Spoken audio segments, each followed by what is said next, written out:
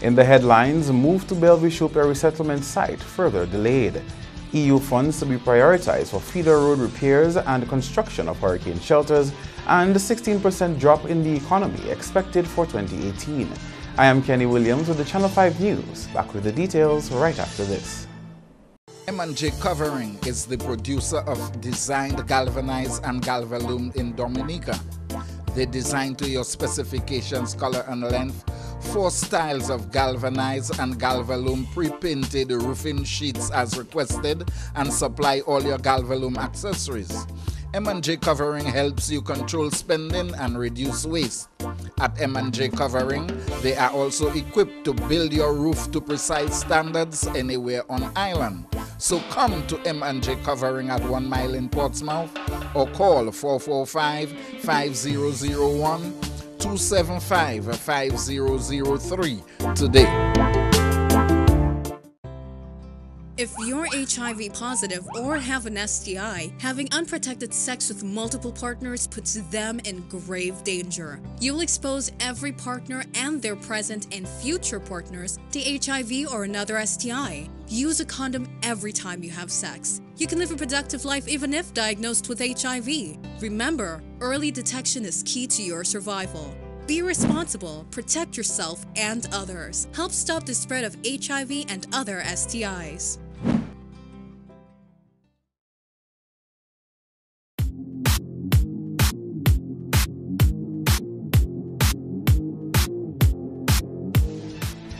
Thanks for staying with us. First up, residents of Petite-Savanne who are being relocated to Bellevue-Chope will have to wait another 3 to 4 months to be moved into their newly constructed homes. That's according to Parliamentary Representative of the Petite-Savanne constituency, Dr. Kenneth Daru. Work at the Bellevue-Chope settlement site had come to a halt post-Maria, but Daru says that work has resumed and is progressing steadily. As we speak, the Chinese construction company would have started returning. They have started work on some of the amenities, because the plan, from what I've been informed, is while in the first phase they built some temporary shelters. That's a construction team, but that would have been, of course, disseminated by Maria. So right now, what they're trying to do is to try to advance the construction of the mall, the commercial center, and the community center, so they will use it as living quarters while they advance the construction of the residential home. But they're back, they're setting up. I mean, materials have started arriving. There are quite a few of them on island already starting the work. The concrete plant is back up. They've got, I think, a large, a very big electrical power source that could probably take care of all the electrical needs on the construction site. So I'm optimistic that, and I'm sure you know that the first set of keys would have been handed at the end of January last month. But of course, Maria would have put us up of maybe a good 3-4 months. I'm hoping that before the first half of this year over, we should probably see the completion of the first 90 or so homes as was previously scheduled. The MP pointed out that there will be tweaking of the designs for the residential and commercial buildings as the government continues on its Build Back campaign with the vision of becoming the first climate-resilient nation in the world. Like everything else, after Maria would have been reviewed, although in the first instance it is going to be a climate resilient community with all of the electricals and the telecommunication cables underground, etc. But of course, we would definitely have to review the scope, because whatever it is that we're doing would have to be built, as I said, to withstand the category 5 or more, as I like to say. So, but I'm sure you visited the site. You would have seen it's a solid concrete structures. I'm pretty sure any modification maybe would have to be probably in the type of roof, etc. that was going to be used, and maybe consider concrete roof instead of the zinc galvanized that was originally planned. But we're optimistic, as we said. The project will continue. The financing for the project has already been secured, as it has been financed under the CBI program. And as a member of Parliament for Petite-Savanne, challenging times, but I think it's not a bad place to be at the time, especially as these houses have been already committed to housing the Petite-Savanne people, and the government has committed to continue paying the rental accommodation, etc., until such time as they're relocated. So not bad as compared to the rest of Dominica. In more top stories, a needs assessment of the Dominica people is currently underway to better position a relief agency on how best to help Dominica in its post-Maria recovery efforts. Samaritan's Purse, which arrived on island shortly after the hurricane, engaged in initial response activities such as distribution of food, water, medical aid, and tarpaulins. The organization also planned to start its emergency roof repair and shelter project in the north of the island with the assistance of a local labor force this month. Team coordinator for Samaritan's Purse, Stephen Edwards, says its next assistance project for Dominica will depend on the outcome of the needs assessment. We've been trying to assess needs and making sure that our programs are changing as the needs are changing. So initially we were providing emergency tarpaulin, other items such as hygiene kits that were important, and clean drinking water. We're still providing clean drinking waters into areas that are of need, specifically in trucking. We also have been doing a hygiene promotion campaigns in public schools and public centers to allow people to kind of know better how to keep their area clean and utilize from disease and things like that. We're trying to hear from the people of Dominica, and we're trying to make an assessment based on what we can do as needs change. But ultimately, we want to help people physically repair their lives again, but also come alongside people and provide hope. And it's just a matter of us trying to determine what best ways we can do that. During their first few months on the island, water distribution systems were a prominent feature in some communities. Edwards explained that with the restoration of pipe-borne water to various locations, the distribution plants have been moved to areas which need the potable water. So we've been in the process of handing those over to the local government for them to take over. Also, thankfully, many areas have had piped water restored. And so in those areas, we've shifted our focus to different regions that haven't had that restored yet. We've still remained trucking potable water into areas that haven't, along with other organizations as well that are doing that. Currently, the membership of Samaritan's Purse in Dominica stands at 30, 8 of which are international volunteers. Andrea Louis, Channel 5 News. In other news, the Dominica Calypso Association has vowed that this year is the final year a tie will be announced for the Road March title. This follows the announcement that Hakesi's Saki Sao Se Sao tied with Luga's Maria Make She Wet for the 2018 Calypso Road March. In 2017, Lady V's The Spirit also tied with Sai's Cartoon Cabinet. According to the Public Relations Officer for the Dominica Calypso Association, Davidson the Observer Victor, a more scientific method will be employed from 2019 in determining the winner of the Calypso Road March title. We have for the second year a joint Road March monarch, and the two people involved is the Hakesi and the Lugas. So Hakesi and Lugas has been declared the joint Road March monarchs for 2018 from the Dominica Calypso Association. What happens when there is the system that we are using? In the absence, when there is a clear-cut road march, we don't have much difficulties because we don't have to rely on anything. Basically, that's it, and that's it. But when you have 2 or 3 songs that are close, then we have to rely on views, on different views, especially public views. This year, we felt that it should be the last year we ever using that, okay?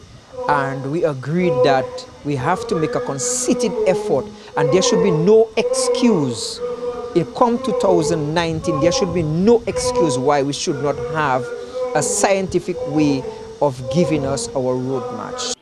Still on the topic of Calypso, Victor says modifications will be made to the constitution of the DCA to avoid future incidents of what occurred at the finals, where 2017 monarch Gregory Caressa Rivera ended his first-round performance prematurely and failed to show up for the second round of competition. Looking forward, we're definitely going to have a bylaw in place that will at least let Calypsonians know that at least when this happens, even though it's your second round, you have to try to complete your second round. Understand? And there may be some penalty attached to it, but we have not sat and finalized it yet, but at least we are thinking along that line. As it relates to what happened this year, we are very appreciative of the fact that CARESA came out and wrote an apology to the Dominican public. We felt that given that CARESA, the level of contribution that CARESA has made, and it is undisputed, the level of contribution CARESA has made, always a diligent Calypsonian coming year after year and giving the public value for money. We felt that this year, in his time of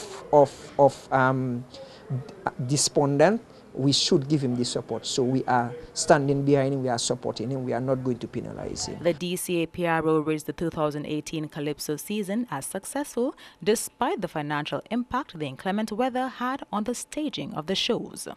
It had challenges, but it was a very fruitful season. Financially, it was not as fruitful as other years, but we give thanks. You know, we give thanks for small mercies, because when we realized the level of devastation, we never knew that we would be able to have a Calypso season. And we see all the scaling down that took place by the DFC with regards to their shows. So we are grateful that we were able to have a full season. A lot of rain fell during the days of the competition, like the quarterfinals and the semifinals and even the finals. And that in itself did impact on the turnout. But notwithstanding that, we made some monies and we will be able to pay at least our expenses. You are watching the Channel 5 News. When we come back, Dominica continues to receive support in its post-Maria recovery efforts.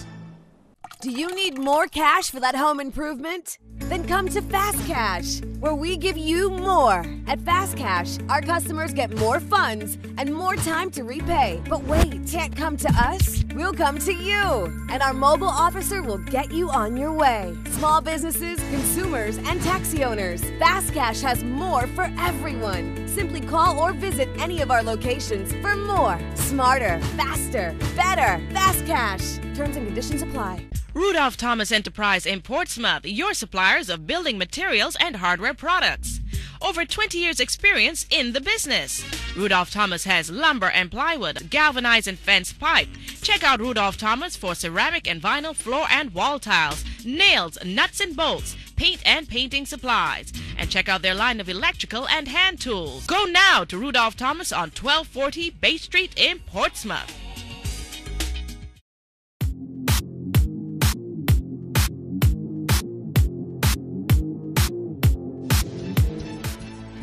Welcome back.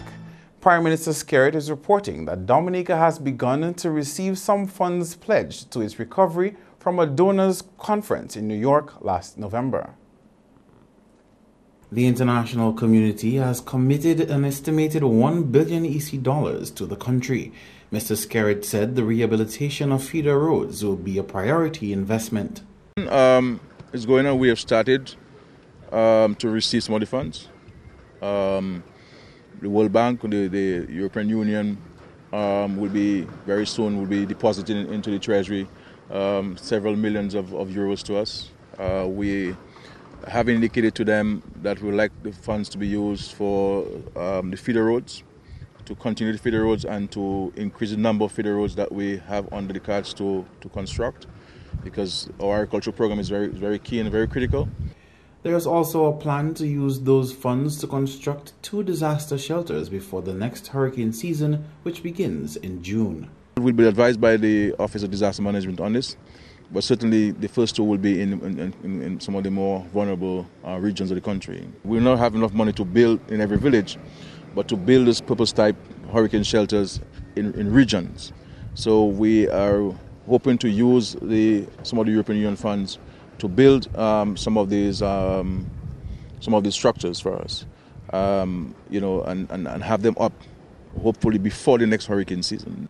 Government will seek approval from the European Union to use some of its funds donated to conduct a feasibility study for the undergrounding of electrical and telecommunication cables along the West Coast. We need to have the electrical cables, the telephone cables, the television cables in underground ducts, because the challenge which Dominic is having is that all of the lines are down, all of the poles are down, and they have to replace all of these poles and lines. And if we were to have these lines on the ground, then one can appreciate having us reconnected to electricity would be much quicker, because we do not have a generation problem. We have a distribution problem. You understand? So the generation capacity has not been impacted. You know, what has been impacted is the distribution lines and the transmission lines. Next up, Dominica will experience a significantly low rate of economic growth in 2018 with an expected drop of 16%. The country's Financial Secretary, Rosamond Edwards, reported to the Rebuilding Consultation on Monday that the economy has contracted by 6% in the aftermath of the September disaster. Prior to the passage of Maria, we were on course to achieve economic growth in excess of 3% of GDP, real GDP. Our current estimate is for a decline of 3%, which means basically we've lost 6%.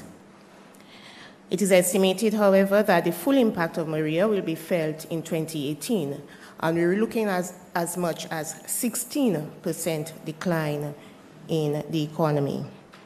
Of course, these figures will be further refined as we undertake specific surveys, the national account surveys, to ensure that we capture fully and correctly the performance of each sector. It's estimated that 3.7 billion EC dollars will be needed to rebuild Dominica. That figure, 3.7 billion EC dollars, could increase as the actual value of the needs will only be costed once we have defined more clearly the projects and we enter into contractual arrangements. Government has determined that it will, in fact, prioritize some projects, and in the first year we'll seek to do work valued at just under $300 million.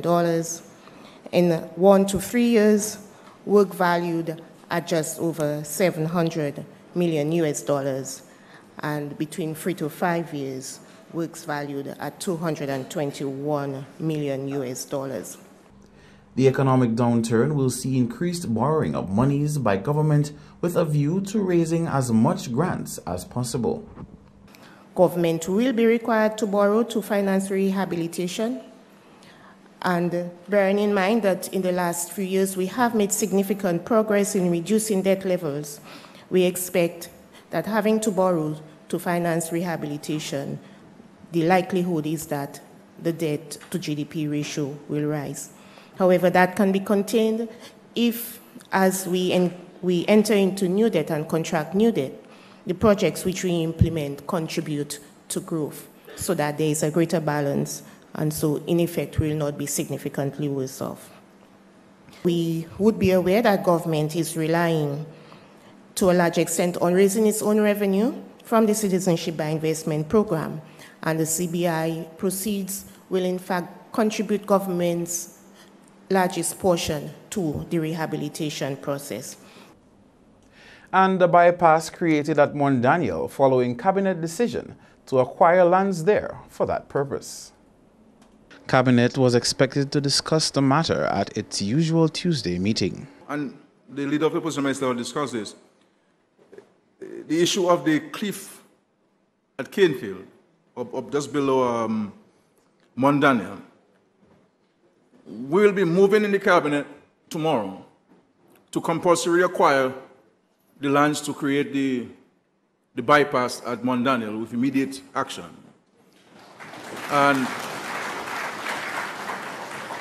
And to declare this road a public road so as to mitigate against the landslide. Government will seek further advice on addressing the land slippage in that area when a team of French experts visit the island soon. We are in consultation with the French authorities.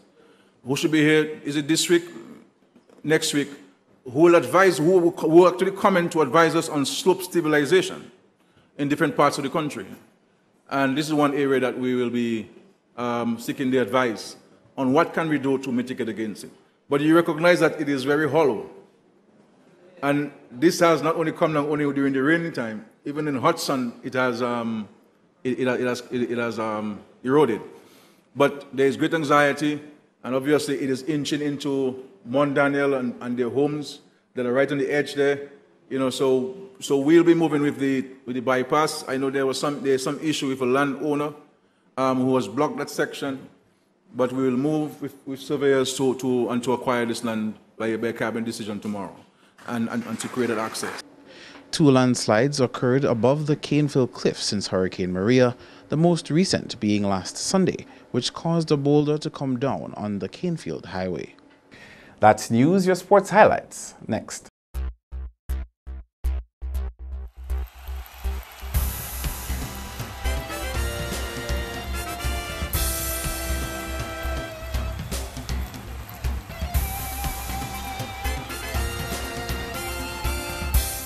First up in sports, Alec Athanas will join Windward's Volcanoes when they go up against Guyana Jaguars in the Super 50 Cup semi-finals on Thursday. The 19-year-old batsman left the country on Tuesday and is expected to replace Delron Johnson, who was recently injured during the tournament.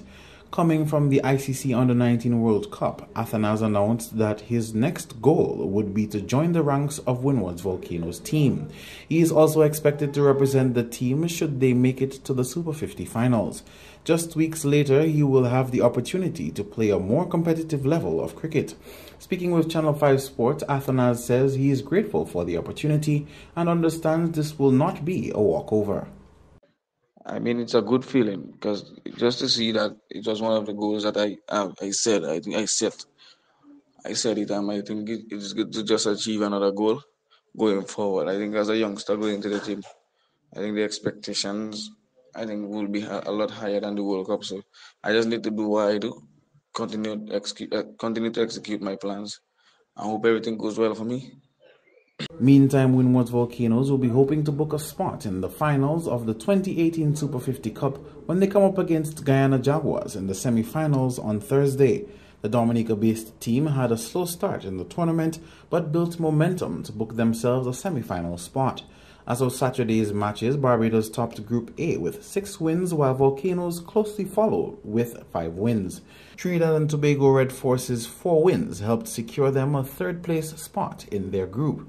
Marooners Combined Campuses and Colleges and Hampshire Combined Campuses and Colleges have 2 wins apiece and sit 5th and 6th position respectively. Guyana Jaguars topped Group B with 6 wins. And although Kent Combined Campuses and Colleges also have 6 wins, they fall in 2nd place but have a lower point difference. Jamaican Scorpions was in 3rd position with 5 wins. They surpassed Leeward Islands Hurricanes and USA Cricket that have 2 and 1 win respectively. Meantime, Volcanoes' Shane Shillingford topped the bowler rankings in that competition with 21 wickets. TNT Red Force's Sunil Narain closely followed with 20 and Fidel Edwards 16 for Hampshire. Barbados Pride's Ruston Chase was the top run scorer with 433 runs. 35 runs separated him and Jamaica Scorpions' Chadwick Walton, who is in 2nd place with 398 runs. Andrew McCarthy's cumulative 304 runs earned him 3rd place in the tournament so far. Finally, Kent Combined Campuses and Colleges and Barbados Pride will go head-to-head in the first semi-final, carded for Wednesday in a day-night match.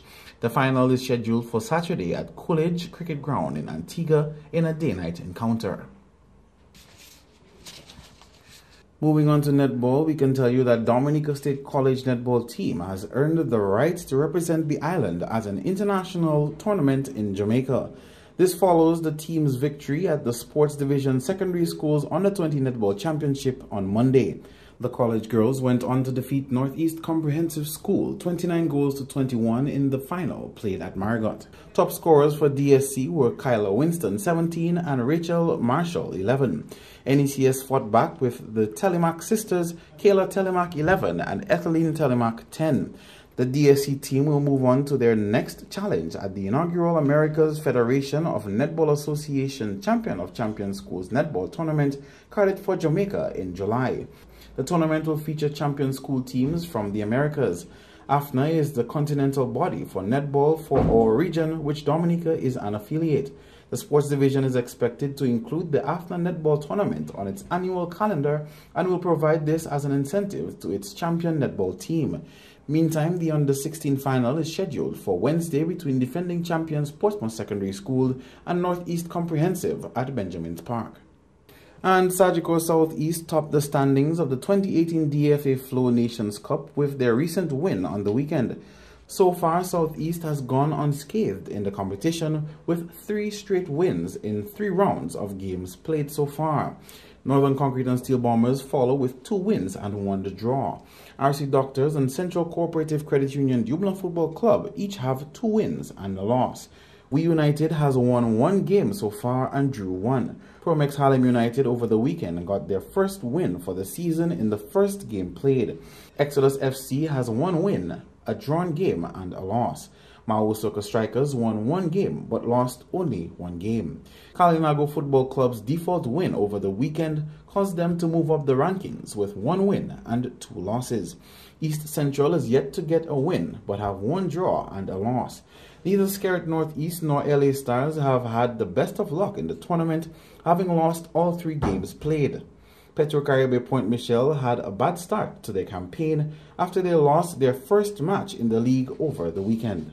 Finally, Trafalgar FC, Boston Warner and Gully FC sat at the bottom of the points table since they are yet to play any of their games since the start of the league. The next round of matches is expected to be played this weekend. That's all the sporting highlights for now. Join us next time.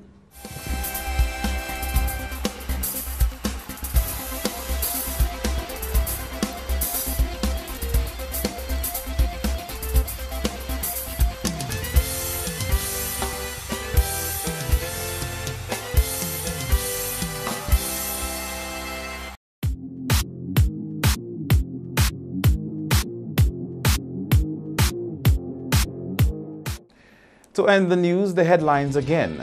Move to Bellevue-Chopin resettlement site further delayed. EU funds to be prioritized for feeder road repairs and construction of hurricane shelters, and a 16% drop in the economy predicted for 2018. Feel free to contact us at news@marpin2k4.com. You can also access our past newscasts on our YouTube channel. On behalf of the entire production team, I am Kenny Williams. To all viewers around the world, thank you for watching. Join us tomorrow.